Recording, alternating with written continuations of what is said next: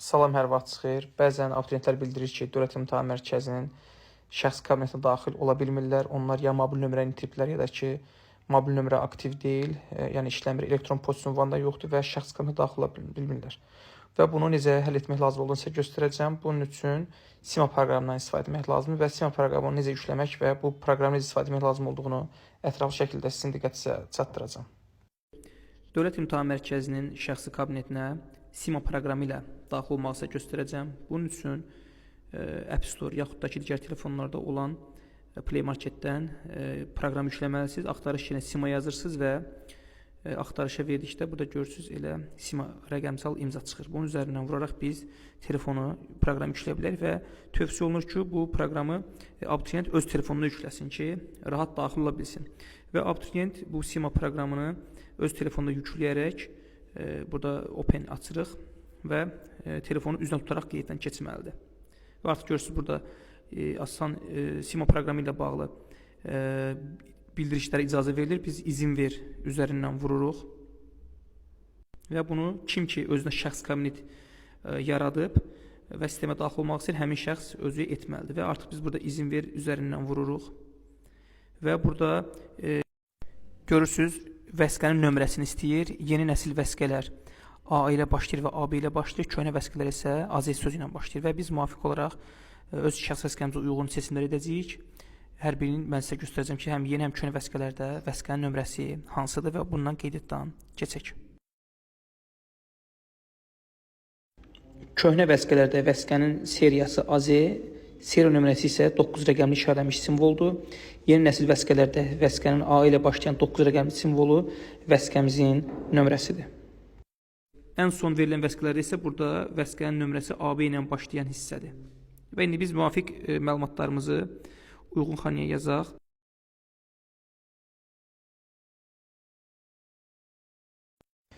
Və indi biz vəsiqənin nömrəsi yazdıqdan sonra fin kodu yazırıq. İndi fin kodu sizə göstərim, harda olur. Fin kod burada işarələnmiş, son 8 rəqəmindən 7-sidir. Və fin kod burada identifikasiya nömrəsi yazılmış 7 rəqəmli simvoldur. 7 rəqəmli simvoldur. Və indi biz müvafiq məlumatlarımızı yenə xanalara yazaq. Və biz müvafiq olaraq fin kodumuzu da daxil edirik və davam edin düyməsini sıxırıq. Və daha sonra artıq düzgün çəkilişlə bağlı burada təlimatlar gəlir, telefonu düz tutmaqla bağlı, yəni ekrana tam baxmaq lazımdır. Davam edin düyməsini sıxırıq və daha sonra işıqlandırmanı yoxlayın yazır. Yəni üz aydın görsənməli işıqlanma olmalıdır. Və yenə davam edin düyməsini sıxırıq və artıq eynəkli olmaz. Yəni eynək çıxarmalısınız ki, burada üz tam görünsün və artıq biometrik yoxlama başlayır. Və biz yenə izin ver düyməsini sıxırıq ki, bizim üz görüntümüz alınsın və artıq kameraya qoşulma proseduru göstərir və indi ekranda olan kameraya üzümüzü yaxınlaşdıraraq biz qeydiyyatdan keçməyə davam edirik və artıq namizəd telefonu belə deyək üzünə tutur və ekranı daha da yaxın tutmaq lazım, yəni tam çərçivədə üzü yerləşdirmək lazımdır və bu şəkildə biz qeydiyyat prosesini davam etdiririk və artıq bizim üz görüntümüz qeydə alındı və qeydiyyat prosesi davam etdirilir və artıq görürsünüz uğurla bizim qeydiyyatımız başa çatır və burada biz parol təyin edirik. Hər hansı bir sizə uyğun olan parol yazırsınız və 2 dəfə parol təkrarlayırsınız və artıq biz üz görüntüsünün istifadə etməklə bağlı icazə veririk ki, hər dəfə sistemə girəndə üz görüntümüz avtomatik sistemə giriş etməyi təmin etsin və artıq görürsünüz biz Sima proqramına daxil olduq və bizim kabinetimiz yaranmış olur və birbaşa biz artıq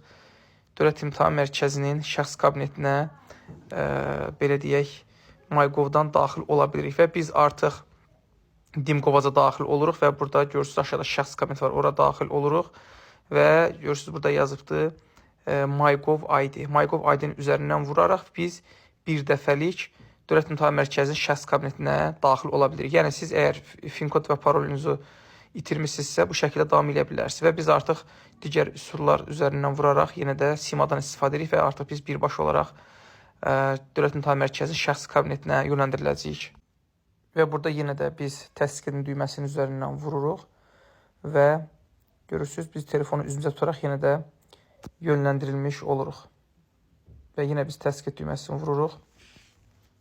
Biraz gözlədikdən sonra artıq sistem bizi görürsünüz Dövlət İmtahan Mərkəzinin şəxsi kabinetinə daxil etdi. Biz artıq şəxsi kabinetimizə daxil oluruq və burada biz şəxsi kabinetimizdə əlaqə məlumatları xanası var. Onun üzərindən vuraraq burada görürsünüz, həm yaşayış yerimizi dəyişə bilərik, həm də əgər oradakı mobil nömrəmiz artıq aktiv deyilsə və yeni mobil nömrəmizi biz buraya yazırıq. Daha sonra yadda sala düyməsi var. Onun üzərindən vuraraq yeni mobil nömrəmizə kod gəlir. Həmin kodu biz bu xanaya daxil edərək nömrəmizi dəyişmiş oluruq.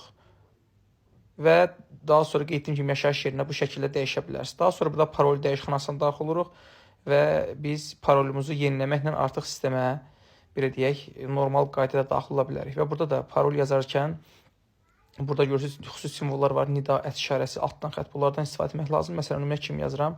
Abituriyent öz adını yaza bilər. Abituriyent adını yazıb altından xətt yaxud da ki DS və yaxud da ki işarəsi qoyaraq ən azı 12-20 simvollu parol yazır və eyni zamanda aşağıda da eyni parolun təkrarını yazır və daha sonra yadda sal düyməsini sıxmaqla belə deyək, parolunu yeniləmiş olur. Yəni siz artıq Sima proqramında birbaş kabinetinizə daxil ola bilərsiniz.